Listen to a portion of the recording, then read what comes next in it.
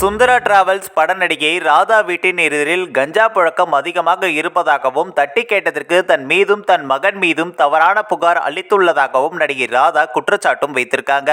கடந்த சில மாதங்களாகவே நடிகை ராதா வீட்டின் எதிரில் உள்ள மாடியில் பிரான்சிஸ் என்ற இளைஞர் மற்றும் அவரது நண்பர்கள் அமர்ந்து கொண்டு நடிகை ராதாவை பார்த்து தவறாக பேசுவதும் தவறான சைகைகள் காட்டுவதுமாக இருந்துள்ளனர். இது குறித்து காவல் நிலையத்தில் புகார் அளித்து எஃப்ஐஆர் பதிவும் செய்யப்பட்டது. பிறகு சிறிது நாட்கள் அமைதியாக இருந்த அந்த நபர்கள் மீண்டும் அதே வேலையை தொடங்கியுள்ளனர். மேலும் அவர்கள் வீட்டின் மொட்டை மாடியில் அமர்ந்து கொண்டு அந்த நபர்கள் கஞ்சா பயன்படுத்துவதை கண்ட நடிகை ராதா அதை வீடியோவும் எடுத்துள்ளார். அந்த வீடியோவை பிரான்சிஸ் உடைய பெற்றோரிடம் காட்டியுள்ளார். இதனால் பிரான்சிஸின் பெற்றோர் அவரை கண்டித்துள்ளனர். இதனால் ஆத்திரமடைந்த பிரான்சிஸ் நடிகை ராதா அந்த பக்கம் செல்லும் போதெல்லாம் தவறான செய்கை காட்டி கிண்டல் செய்வதை தொடர்ந்துள்ளார். இது குறித்து நடிகை ராதாவின் புகாரின் பேரில் விருகம்பாக்கம் காவல் நிலையத்தில் பிரான்சிஸ் மீது எஃப்ஐஆர் பதிவும் செய்யப்பட்டது. ஆனால் காவல்துறையினரிடம் சிக்காமல் கடந்த 15 நாட்கள் தலைமறைவாக இருந்துள்ளார் பிரான்சிஸ். பிறகு தனது பெற்றோர் மூலம் முன்ஜாமீன் பெற்ற பிறகு மீண்டும் வீடு திரும்பியுள்ளார். காவல்துறையினரிடம் சொன்னாலும் என்னை ஒன்றும் செய்ய முடியாது என்று மீண்டும் தவறான சைகைகளை காட்டி நண்பர்களுடன் மாடியில் கஞ்சா புழக்கத்தை தொடர்ந்துள்ளார்.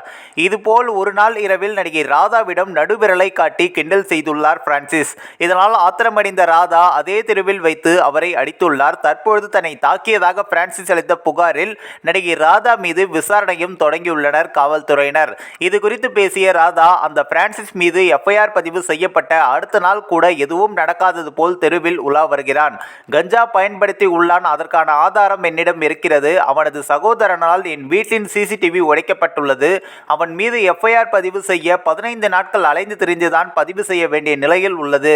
உறுதிப்படுத்தாமல் என் மகன் அவனை தாக்கியதாக சேர்ந்து சொல்கிறார்கள். இப்படி இருந்தால் காவல்துறை மீது எப்படி நம்பிக்கை வரும்?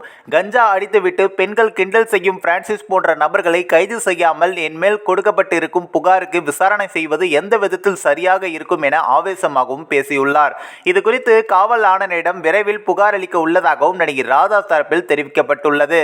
இது தற்பொழுது சமூக வலைதளங்களில் பெருமளவு சர்ச்சையும் ஏற்படுத்தியுள்ளது.